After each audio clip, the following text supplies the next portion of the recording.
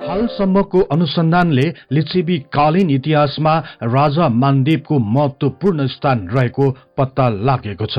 मानदेव आफूले नै लेख्न लगाएका 6 वटा अभिलेखहरू, उनका रानीहरूले राख्न लगाएका 3 वटा अभिलेखहरू, 7 वटा लिपि र 4 वटा खण्डित अभिलेखहरू गरी जम्मा 20 वटा जति अभिलेखहरू, मानङ्क मुद्राहरू तथा अन्य केही साहित्यिक विवरणहरूले नेपालको प्राचीन इतिहासमा राजा मानदेवको सक्रिय उपस्थितिलाई उजागर गरेको छ। त्यसैले पनि कतिपय इतिहासकारहरूले राजा मानदेवको पालामा आएर लिच्छवी कालको इतिहास अझ स्पष्ट र प्रामाणिक भएको विचार व्यक्त गरेका छन्। विशेष गरी राजा मानदेवको पर्याय बनेको चाँगु नारायणको मन्दिरले पनि उनको शासनकाललाई अझै जीवितै राख्न सक्षम भएको छ। यसरी एक सफल र कुशल राजाको रूपमा स्थापित भएको मानदेव वास्तवमा को थिए त? उनी कसरी राजा भए? उनको शासनकाल किन उदाहरणीय बन्न गयो? यस बारेमा आजको कार्यक्रममा चर्चा गर्ने जमर्को गरेका छौं। विश्वास छ यस कार्यक्रमलाई पनि उत्तिकै मन पराइदिनुहुनेछ।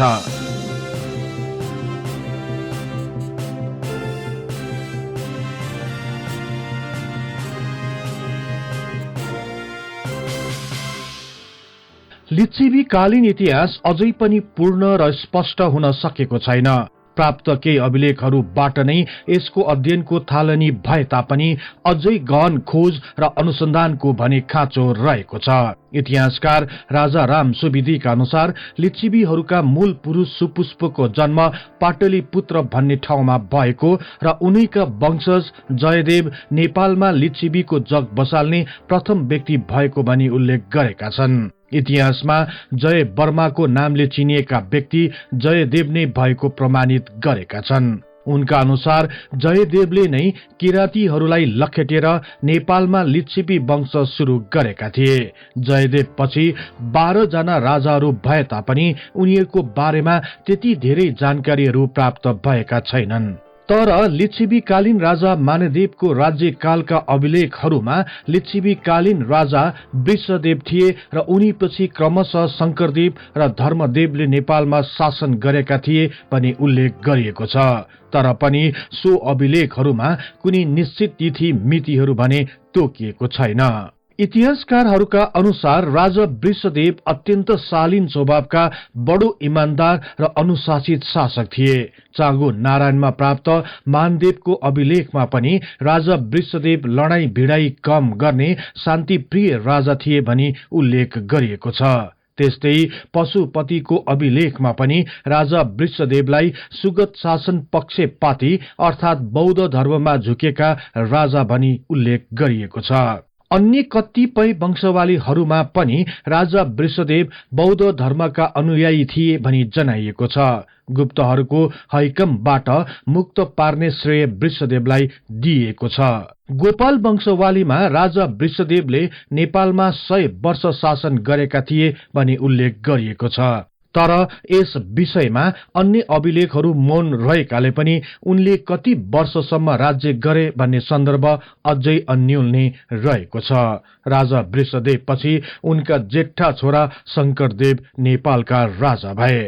चाँगुमा प्राप्त अभिलेखमा वृषदेवका उत्तराधिकारीको रूपमा रहेका छोरा शंकरदेवको वर्णन गर्दै एक श्लोक पनि लेखिएको छ। यस श्लोकमा राजा शंकरदेव एक बेजोड तेजिला दानी र पराक्रमी राजा थिए भनी उल्लेख गरिएको छ। राजा शंकरदेवको बारेमा त्यति धेरै अभिलेखहरू प्राप्त नभएकोले पनि उनको बारेमा विस्तृत जानकारी हुन सकिरहेको छैन। उनको कार्यकालको सन्दर्भमा भने केही वंशवालीमा उनले 40 वर्षसम्म शासन गरेका थिए पनि उल्लेख गरिएको पाइएको छ। उनीपछि उनका छोरा धर्मदेव राजा भए। चाँगु नारायणमा नै प्राप्त अभिलेखहरूलाई उद्धृत गर्ने हो भने राजा धर्मदेव एक असल दण्ड नीति जान्ने, धर्मात्मा, कर्मकाण्ड जान्ने, असल गुण भएका राजा थिए भनी उल्लेख गरिएको छ। इतिहासकारहरूका अनुसार धर्मदेवको आफ्नै अभिलेख पाइए तापनि सो अभिलेख खण्डित भएकाले सो समयको जानकारीहरू अधुरो रहेको जनाएका छन्। प्राप्त थोरै जानकारी अनुसार राजा धर्मदेव एक कुशल राजनीतिज्ञ, कर्मकाण्डी, धार्मिक एवं लडाकु राजा थिए भनी उल्लेख गरिएको छ। आफ्नो गुणको प्रभावले राज्यवती जस्ती सुपात्र पत्नी प्राप्त गरेका थिए भनी केही इतिहासकारहरूले उल्लेख गरेका छन्। यिनी राज्यवतीबाट जन्मेका एक मात्र छोरा मानदेव पछि नेपालका राजा भए। तर प्राप्त केही स्रोतहरूलाई उद्धृत गर्दै केही इतिहासकारहरूले मानदेव राजा धर्मदेवको छोरा नभएको उल्लेख गरेका छन्। उनी केवल दत्तक पुत्र अर्थात राजा धर्मदेवको धर्मपुत्र रहेको जनाएका छन्। यो विवरण विचारणीय भए तापनि यसलाई स्वीकार नै गर्न सकिने गरी कुनै आधार नरहेको बताउँछन्। राजा धर्मदेवको मृत्युको सन्दर्भमा पनि विभिन्न प्रसंगहरू प्रख्यात रहेका छन्। प्राप्त विभिन्न अभिलेख तथा वंशवालीहरूमा राजाको मृत्युको बारेमा भिन्न भिन्न प्रकारले उल्लेख गरिएको पाइएको छ।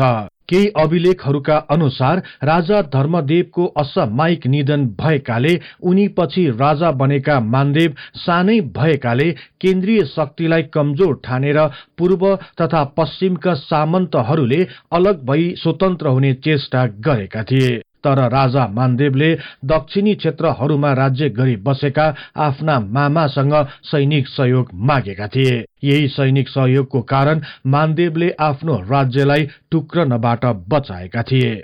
यस्तै केही अन्य अभिलेखहरूमा पनि राजा धर्मदेवको असमयमा नै मृत्यु भएको विषय उल्लेख गरिएको भए तापनि के कारणले मृत्यु भयो भन्ने सन्दर्भमा पनि स्पष्ट पारिएको छैन। तर गोपाल वंशवालीमा भने राजा धर्मदेवको मृत्युको बारेमा एक घटनाको वर्णन गरिएको छ। सो वंशवालीमा धर्मदेवको पालामा आफ्ना पुर्खाले बनाएको धर्मागत देवलसँगैको एक ढुङ्गे धारामा अचानक पानी आएन। महन्त तथा बुढा नीलकण्ठले 32 लक्षण युक्त मानिवको बलि दिए मात्र पानी आउँछ भन्ने जानकारी गराए। यस्तो अवस्थामा राजा धर्मदेवले 32 लक्षण युक्त मानवमा आफू र राजकुमार मानदेव मात्र पर्ने कुरामा यकिन थिए। राजा धर्मदेवले राजकुमार मानदेव सानै भएको र देश र जनतालाई बचाउन आफूले नै जीवन त्याग गर्नुपर्ने निष्कर्षमा पुगे। यसपछि राजाले आफ्ना छोरा मानदेवलाई धारामाथि कपडा ओढी सुतिरहेको मानिसलाई नहेरी नबोलिकन काटिदिनु भने अराए। छोरा मानदेवले पनि पिताले अराए बमोजिम राति नै गएर धारामाथि लुगा ओढेर सुतेको मानिसलाई नठम्याइकिन काटिदिए। यसरी नरबली पाएपछि बन्द भएको धारा खुल्यो। भोलिपल्ट बिहानै नरबली दिएको मानिस हेर्न जाँदा आफ्नै पिता भएको देखेर उनी साह्रै आत्तिए। मानदेवले थाहा नपाई आफ्नो पिताको वध गरेको भए तापनि उनमा अपराधको बोध भयो। त्यसपछि मानदेव पितृ हत्याको पाप छुटाउन वज्र योगिनीको शरणमा गए। निष्ठापूर्वक पूजा आजा गर्दा वज्र योगिनी प्रत्यक्ष भएर बौद्ध चैत्य बनाएमा पाप छुट्ने उपाय बताइन्। सोही निर्देशन अनुसार मानदेवले 12 वर्ष लगाएर बडो कष्टका साथ खास्ती अथवा बौद्ध चैत्य बनाए। बौद्ध चैत्य निर्माणपछि वज्र योगिनी पुनः प्रकट भई अब तिम्रो पाप नाश भयो भनेर अन्तर्ध्यान भइन्। धेरै जसो स्रोतहरूमा राजा धर्मदेवको मृत्यु रहस्यमय तरिकाले भएको भन्ने उल्लेख गरिएको छ। त्यसैले यो प्रसंगले नेपालको प्राचीन इतिहासमा विशेष स्थान पाउन सफल भएको छ। तर कतिपय इतिहासकारहरूले भने यो कथालाई एक कल्पना मात्र भएको बताएका छन्। यसरी राजा धर्मदेवको असामयिक निधन पछि बडमाहारानी राज्यवती सती जान लाग्दा छोरा मानदेवले सती जानबाट रोकेको कुरा पनि अभिलेखमा बताइएको छ।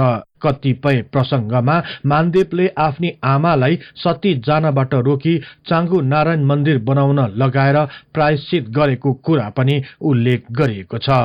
राजा धर्मदेवको मृत्युको सन्दर्भमा यकिन हुन नसके तापनि उनको मृत्यु कुनै दुर्घटनावश भएको कुरामा भने इतिहासकारहरू एकमत भएका छन्। यसरी राजा धर्मदेवको मृत्युपछि उनका छोरा मानदेव राजा भए। इतिहासकारहरूका अनुसार मानदेव सानैमा शासन सत्ता सम्हाल्न पुगे तापनि उनी एक पराक्रमी राजाको रूपमा स्थापित हुन गए। चागु नारायणको अभिलेखमा पनि राजा मानदेव पराक्रमी, सहनशील, मिलनसार, तेजिला, कुशल शासक, सिपालु र बुद्धिमानी भएको उल्लेख गरिएको छ।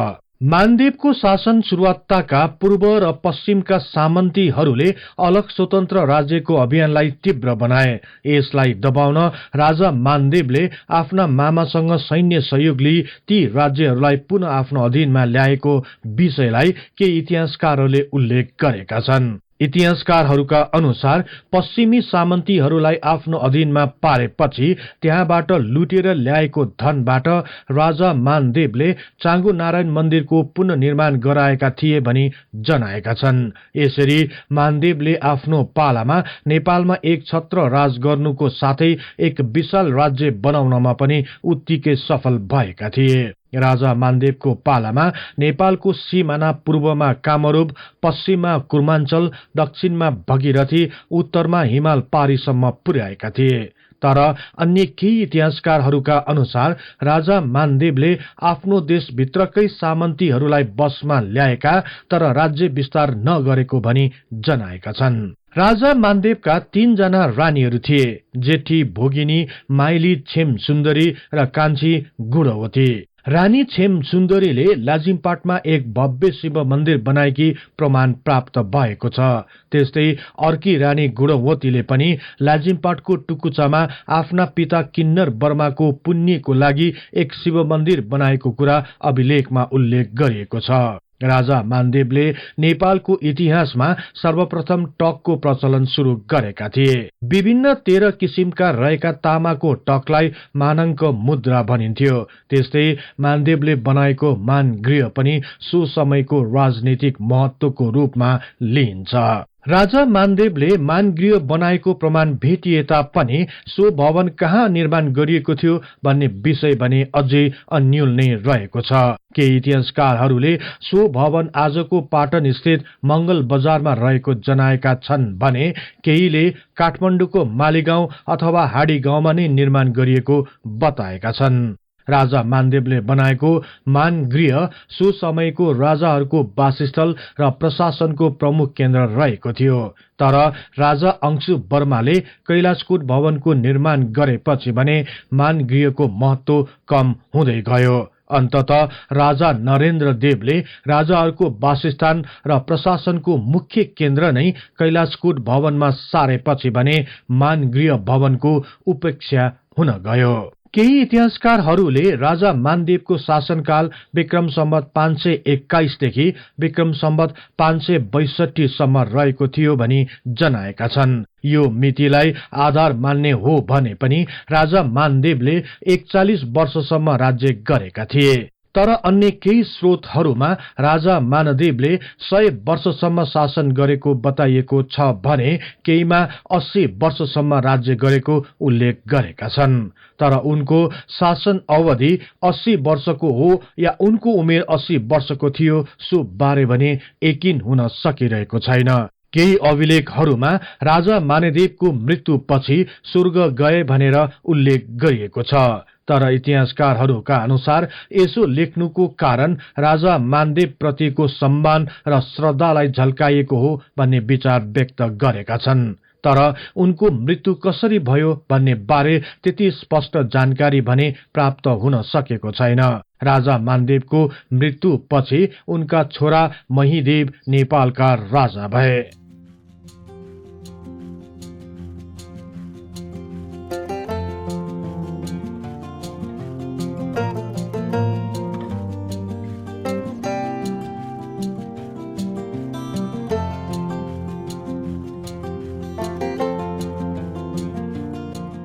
यो कार्यक्रम यहाँहरूलाई कस्तो लाग्यो कृपया कमेन्ट बक्समा लेखी पठाउनुहोला। यस्तै रोचक तथा तथ्य इतिहासको लागि हिस्ट्री इन नेपाली च्यानललाई सदैव सम्झनुहोस्। इतिहासको कुनै पनि कालखण्ड बारे तपाईलाई सुन्न र बुझ्न चाहना राख्नु भएको छ भने तल रहेको कमेन्ट बक्समा उल्लेख गर्नुहोस्। हामी सो बारे प्राथमिकताका साथ कार्यक्रम बनाउने नै छौं। जाँदा जाँदै यस च्यानललाई लाइक, शेयर र सब्स्क्राइब गर्दै बेल आइकनमा क्लिक गरी हाम्रो यो तथ्य इतिहासको बारे ज्ञान प्रसार गर्ने लक्ष्यलाई साथ दिनुहोस् भन्दै अर्को कार्यक्रममा फेरि भेट्ने बाचा गर्दै म सार्थक नेपाल बिदा हुन्छु।